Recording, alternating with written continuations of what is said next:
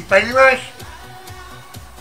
Bon, je vais vous raconter Grigori Rasputinov. Vous savez ce que ça veut dire, Rasputin? Rasputinov, ça veut dire le débauché. Alors, il est né dans un petit village de Sibérie qui s'appelle Prokotskoye. Et vous savez que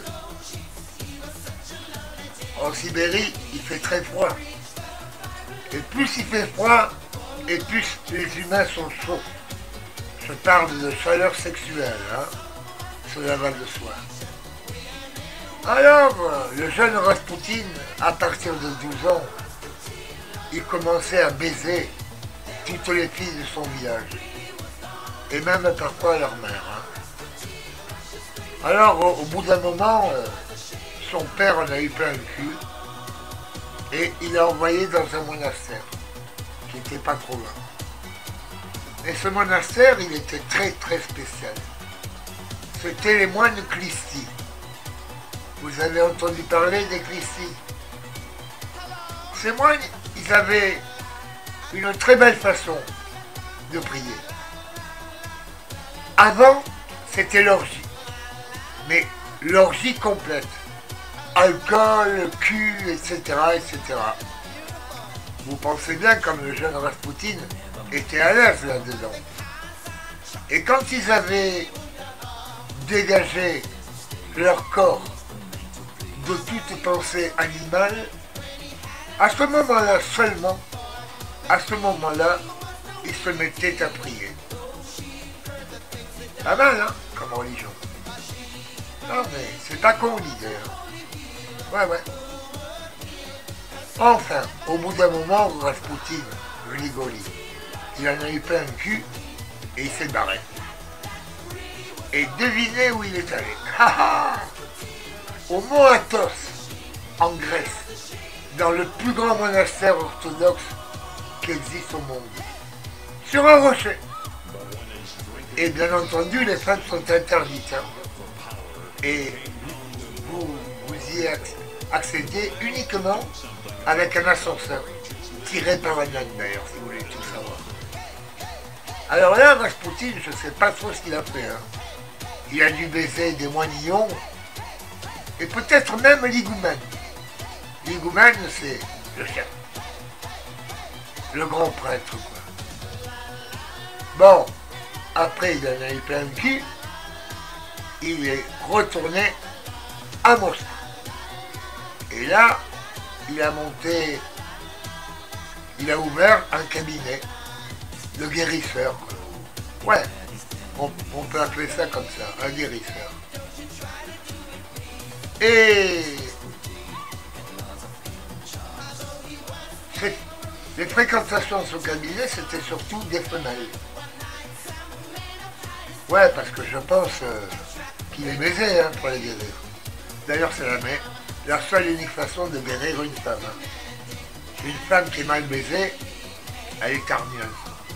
Elle n'est pas bien. Il faut qu'elle ait cet équilibre sexuel. C'est très important. Et parmi ces femmes, il y avait des nobles. Et elles ont parlé de ça à la tsarine. Vous savez ce que c'est une tsarine? C'est la femme du tsar. Le tsar de toutes les Russes. Et le tsarévitch, le fils du tsar, était malade. Il était hémophile. Vous savez ce que ça veut dire, hémophile? Quand on perd son sang très facilement. Et la tsarine, ils ont entendu parler de ce guérisseur bizarre, alla le voir et l'invita à la cour pour guérir son fils. Et Grigori, par la simple imposition des mains, le guérit. Et donc, il fut toujours le bienvenu, lui qui venait souvent pour guérir le tsarévitch.